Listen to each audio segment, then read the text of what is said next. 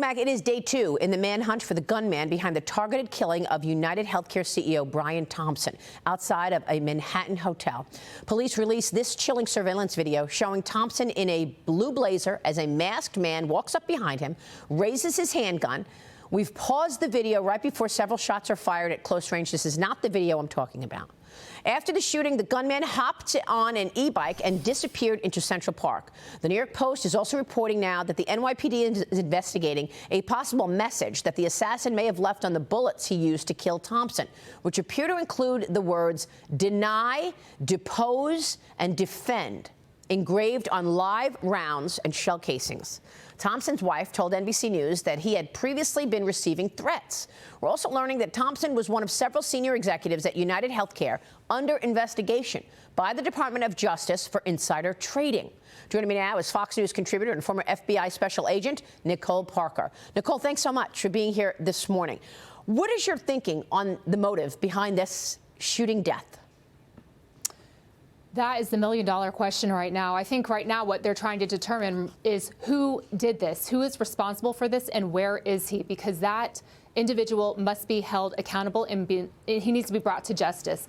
I mean, watching the surveillance video, it is just so cold, calculated. He was undeterred. There was actually a woman to his right as he's shooting Mr. Thompson. He didn't care, and he proceeds to go forward. There were, sedans, there were vehicles, SUVs right in front of the hotel with witnesses inside those vehicles.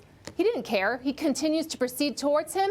I saw the entire surveillance video. I know a lot of the media is cutting it off at a certain point because it is highly disturbing. But he goes up and he looks at him to make sure, the job is done. He crosses the street, and then he kind of frolics around and goes and gets on the e-bike. So I think it's highly, highly disturbing. It is definitely a very strong motive and grievance that this individual had that would cause him to do this.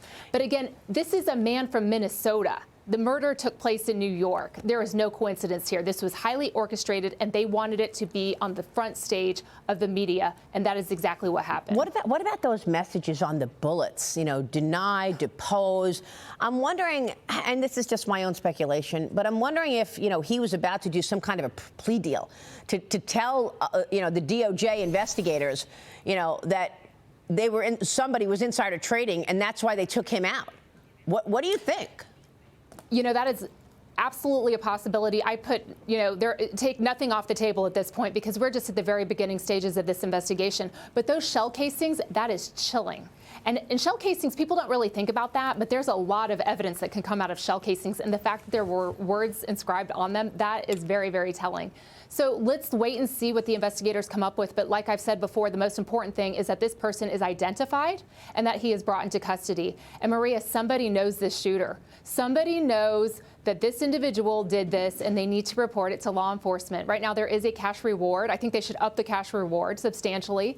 But I do believe that someone knows who this individual is, and that is the greatest hope, in my opinion, of getting cooperation from the public to give as many tips as possible to lead them. But they're going to be looking at all the surveillance video, not just from when the incident occurred, but tracking that individual, going back in time as far back as possible, and looking for as much evidence. And the phone that was found in the alley, that is a treasure trove of information if that was indeed the murderer's phone. Can you imagine the woman standing in the corner there? We just showed that video that you're referring to. Go back to that video for a second, guys. You see this woman standing there in the corner as the shooter shoots and then follows him further to make sure he's dead. There's a bystander there. She looks at the shooter, and then she tries to get out of the way. He basically first points the gun at her, like, get out of here. She leaves, and then he continues finishing the job here. That is stunning. Imagine this woman. I guess authorities try to speak to her and the cars that are on the street as well. A couple of people were witnesses, and they did speak to the authorities.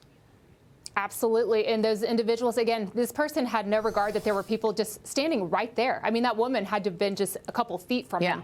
He wasn't going to stop at anything. He had been planning this, and this was going to happen no matter what. Unbelievable. And it's sick. Nicole, let me move on. President-elect Donald Trump officially nominating Kash Patel for the director of the FBI to replace Director Christopher Wray. I mean, you were at the FBI for many years. I spoke with Kash Patel just last week on how the trust in government agencies has plummeted. And how can you, I asked this question, how can you restore trust in the FBI? Watch this. exposure of corruption. Put out the documents, put out the evidence. We only have gotten halfway down the Russiagate hole. The people need to know that their FBI is restored by knowing full well what they did to unlawfully surveil them. The people need to know that there has been a de-weaponization, a defanging of the Department of Justice, and their houses of worship will no longer be raided. But they need to be shown the documents that said this was the reasoning they weaponized justice. And that, in my opinion, is how Congress can most importantly secure the trust or resecure the trust of these agencies and departments. So, Nicole, I want to get your take on Kash Patel. Americans' trust in the FBI is at the lowest point this century. Just 41% say that they rate the job being done at the FBI as excellent or good. That's 41%, according to a recent Gallup poll. Missouri Senator Josh Hawley also put the FBI and the DOJ on notice. He wrote a letter to Christopher Wray and Merrick Garland earlier this week, expressing concerns because he received reports that employees in both agencies are destroying records, and they're destroying documents in an effort to conceal what has been widespread misconduct that took place during the Biden administration. Nicole, you lived this. Tell us about the FBI.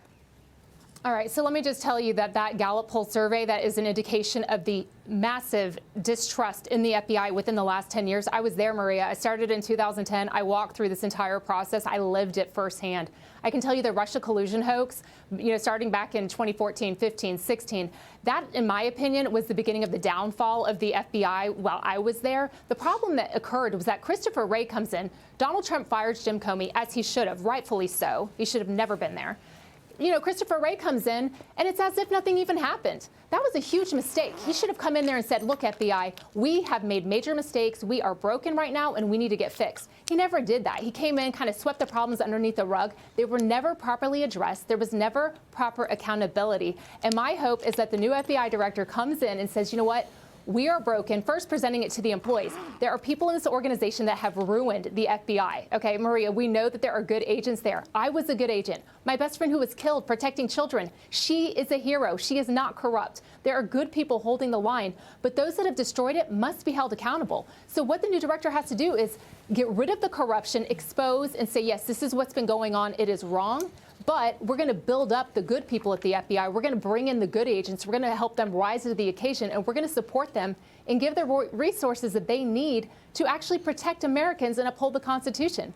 There's nothing more that FBI agents want right now than real leadership. Yeah. They are craving it because they have been without it for the last 3 directors that have been former U.S. attorneys, and it's just been horrible for the agency. And so it's time to restore truth and to restore trust. So this destruction of documents, Maria, that is disgusting, and those people must be held accountable. Yeah, so who do you think first corrupted the FBI? How did this happen? How did this politicization happen? Was it going back to the Obama administration? Why were they so political and so intent on taking down Donald Trump?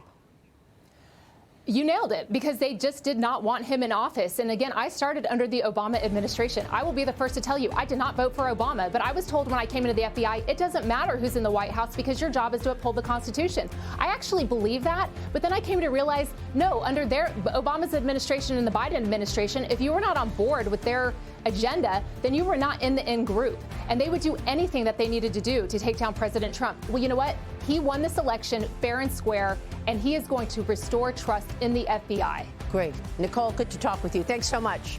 Nicole Parker. Thank you. We'll be right back. Stay with us.